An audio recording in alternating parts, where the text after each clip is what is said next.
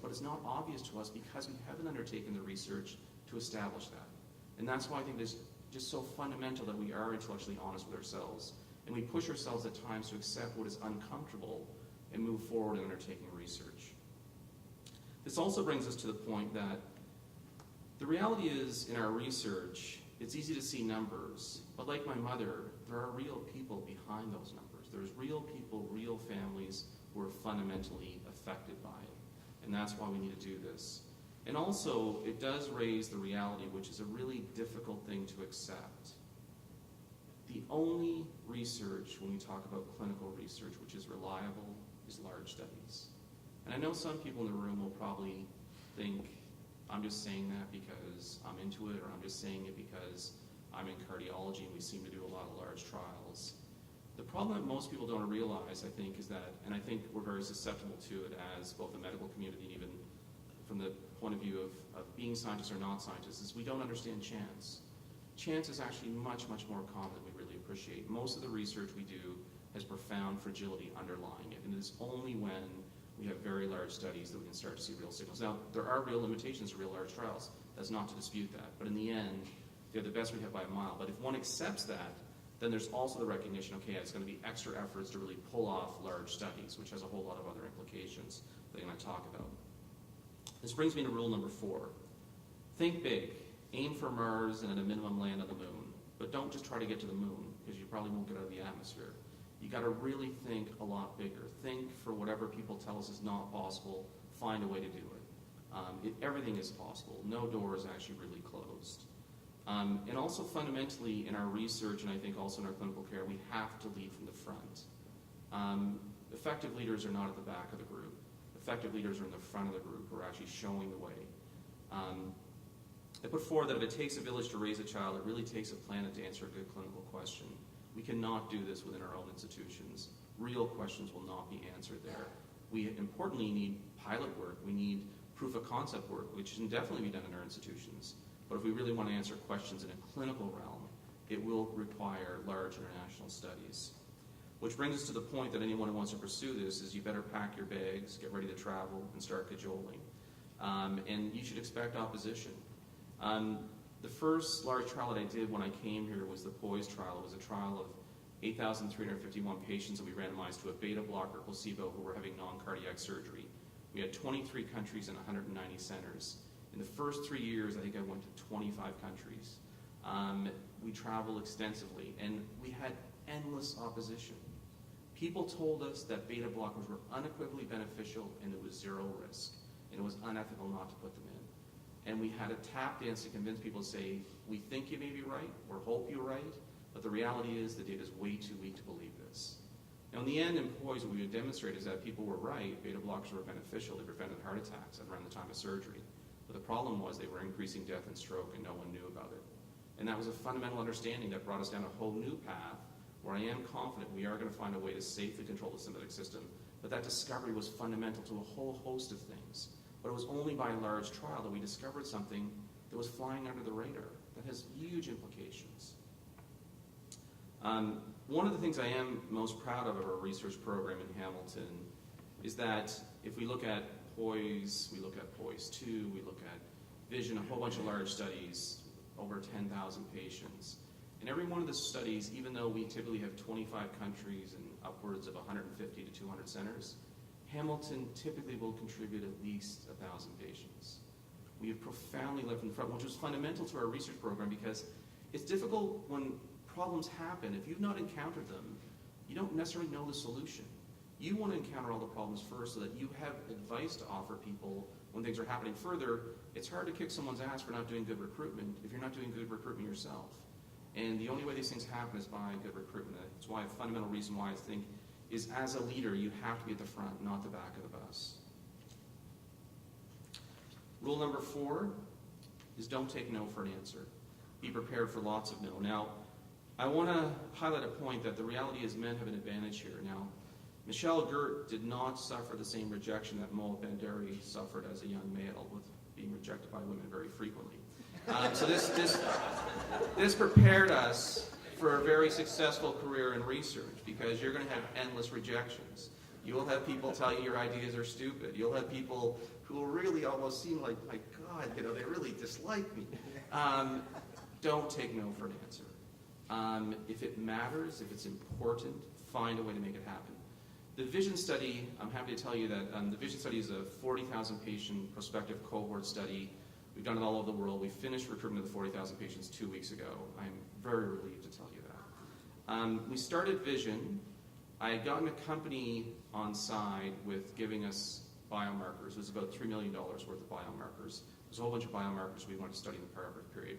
I thought, this is a slam dunk. This company gave me $3 million in biomarkers. I'm going to put a CHR and tell them I need $5 million, but this is a steal. We submit the grant to CHR for $5 million. I say, really interesting. There's no way we're giving you $5 million. Way too much money. The average grant they were funding that year for observational studies was getting $100,000 a year for 3 years. So we then had to break Vision up into a ton of sources. We ended up in the end having 65 funding sources internationally for Vision. We wrote a crazy number of grants. Even people in the group, so I don't know if Justin Devereaux is here yet, but we kicked in every door. So we got Justin, who had good ins with Stryker, out to dinner with Stryker, tap dancing with Stryker, saying, give us some money, this is going to be a big breakthrough. Anyone who could give us money, if your grandmother had money, we probably approached her. We looked for money anywhere. But the point just is that if something matters and it's important, yes, it will seem like it's impossible. If it wasn't, people would have already done it. But it is possible, but you have to not take no for an answer. If it really matters, it's really important, find a way to get it done. Rule number 6, learn from the success of others. One of the things that we did in our perioperative program was to spend a lot of time talking to the thrombosis group, so Jack Hurst, Jeff White, Jeff Ginsburg, because there is no doubt that the thrombosis group within our community of Hamilton has been profoundly successful, not simply as a clinical group, but as a research group. And they've been very successful in having a cycle of that where the research has endlessly fed the clinical care, and the clinical care has endlessly informed the actual research. And so I spent a lot of time talking to them because it's always difficult when you see something that's outstanding. The issue is, well, how'd you get there? It's easy to know what you want to look like at the end, but the issue is, how's the process to get there? And Jack and the Jeffs offered lots of really good advice, but one of the fundamental things was that you needed to marry the clinical and research world, and that's where we then initiated the perioperative cardiovascular service within the cardiology division, and that was extremely important. I can still very vividly remember when the Juravinski was called to Henderson. It was very early days. I was on for cardiology in the CCU, and POISE was happening, and there was a patient who was on ortho who had an elevated troponin that I was told about, so I went down to see this patient. This guy was about 52, had no known coronary disease, never had chest pain in his life, but had lots of risk factors, and that's how he got in the trial. And this guy had a substantially elevated troponin, did an ECG, dramatically inverted T waves across his anterior leads. And I said, look, you're in this trial because of this. You got these elevated troponins, these T wave inversions, you've had a heart attack and moving to the CCU. And this guy was irate. He said, I don't have heart disease, I've never had chest pain in my life. He was infuriated with me. And I remember being so struck by this case, but it was that case that led to Vision, because it was the recognition of two fundamental points.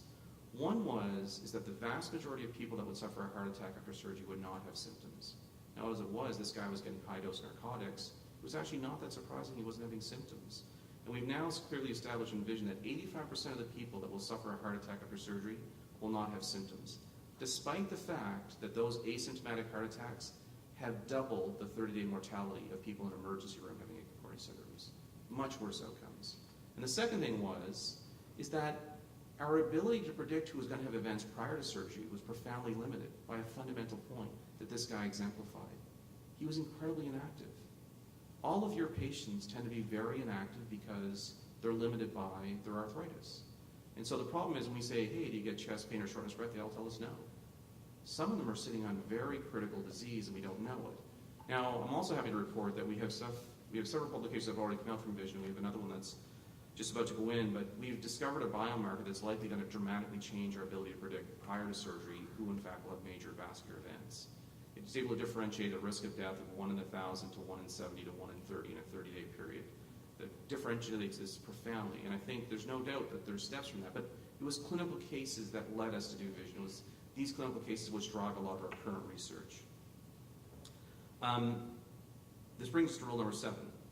You need to look at your practice critically and ask uncomfortable questions and challenge the status quo. I think it was about 5 years ago, Mo, I was on call. It was a Friday. and 75-year-old woman comes to emerge with a hip fracture. The emerge resident who had read that these women bleed gave the woman 3 liters of fluid and measured troponin. Troponin was elevated. They called ortho, who showed up and said troponin's elevated. They called anesthesia. Anesthesia showed up and said, yes, she's had a heart attack and now she's in heart failure. They phoned me because I'm on for cardiology and they said, you got to fix this or we can't fix the hip.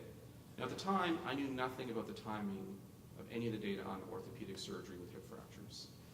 And as a cardiologist, I walked in and think, okay, looks like she's probably had a heart attack, she's in some heart failure. Truth is, heart failure resolved pretty quickly, but as every cardiologist story goes that heads south, I made the first fundamental error. I contacted an interventional colleague. Now my interventional colleague naturally said, well, we can fix that. And Saturday they were busy with a lot of acute cases. Sunday, this woman went to the cath lab, see a lesion. The reality is in cardiology, sometimes we know that the lesion's the problem. Lots of times we don't know, but if we're standing there with a hammer, we're going to whack something. So they saw a lesion, they blew it up, sent her back to us. Patient would then subsequently bleed. Hours later, the patient would die and never make it to the OR. Now, despite the best of intentions, once again, it is cognitive dissonance for me to believe that I was not, in fact, the pathway that resulted in that patient dying. And as I said, the best of intention does not change that point. And the more I thought about that case, the more it made me start to think is that maybe, in fact, we are fundamentally doing the wrong thing with orthopedic patients who have hip fractures. This medical stability issue may be a fallacy. And the analogy that I thought about is that I get called, I don't know, once a month about someone in Emerge having a heart attack who's having a GI bleed. And our response is, you got to treat the focus. You got to get rid of the GI bleed. I can't give them antiplatelets. I can't give them anticoagulants. We got to get rid of the bleed because that's what's driving the MI. And maybe in the exact same way, with this patient who showed up with elevated troponins having an infarct and some heart failure because they had lots of fluid, the reality was a hip fracture creates a prothrombotic state, sympathetic driving state, that's also very pro-inflammatory. That's the perfect milieu for cardiac events. Until you get rid of that state, it may be very difficult to actually resolve that issue. So I then contacted Mo and Justin and a few others, and I told them about this case, and I said, you know, the more I think about this, the more I sort of wonder if, in fact, when we show up and the patient's blood pressure is 180 and Emerge, we say, well, listen, let's get it down, and 3 days later the blood pressure is 180, and you guys eventually say we're doing surgery. Maybe we're not really helping patients. And then Mowat led us with Nicole in a systematic review of the observational data that suggested the earlier surgery may end up having better outcomes. But we offer caution that may still have confounding because the sickest patients may have been waiting longer despite risk adjustment. But at the same time, we also raised the point that, in fact, maybe we're still thinking about this wrong. Maybe, in fact, a hip fracture is much more similar to a heart attack or stroke, and that the real impact is if you do surgery right away. The truth is, in myocardial infarction, most of the therapies we use today, if we didn't do our studies, in fact, getting people for treatment in 6 to 12 hours, most of the therapies wouldn't have worked. You have to treat them acutely, which then led to the hip attack trial, which is about to be published in the next 2 weeks in CMAJ. And we showed, number one, the trial is doable. And number two is that it looks very encouraging that it may, in fact, really impact major events. But the reality is it's 60 patients, 3 centers, 2 countries. We need 1,000 patients in a lot of countries. And now we're about to initiate that trial. And I think that may be a big turning point within hip fractures. But once again, it comes from being willing to look at our clinical practice critically, even when it's uncomfortable, and despite the best of intentions, may not be the right approach. Rule number 8, always argue for what is in the best interest of our patients. So now I'm going to make a pitch to you. Hip attack has enormous potential for orthopedic surgeries. I assume you would love me if, in fact, Mo and I and others get this trial done and says, you know what, hip fracture has to go to the OR right away. You're not going to have to come in late at night. You can get it done during the day. You know, it's not waiting on the list why the general surgeons tell you their stuff's more important. You can now say, we have evidence that you actually don't have that we need to get there. You have to, though, in the trial to make it successful, you have to be willing to bump into the elective lists. So if people are randomized to accelerated care, the trial can only work if, in fact, people bump the accelerated care into the next slot and move all the electives down the list. We're going to pay for the extra slot at the end of the day, so no elective case will be canceled. But if we have a patient at 10 in the morning that's randomized accelerated, we don't do them until 5, we're hurting the trial in terms of doing this. So I really encourage people, please help in that regard. I know that there's some hassle. I know that it's easier just to go along with our schedule,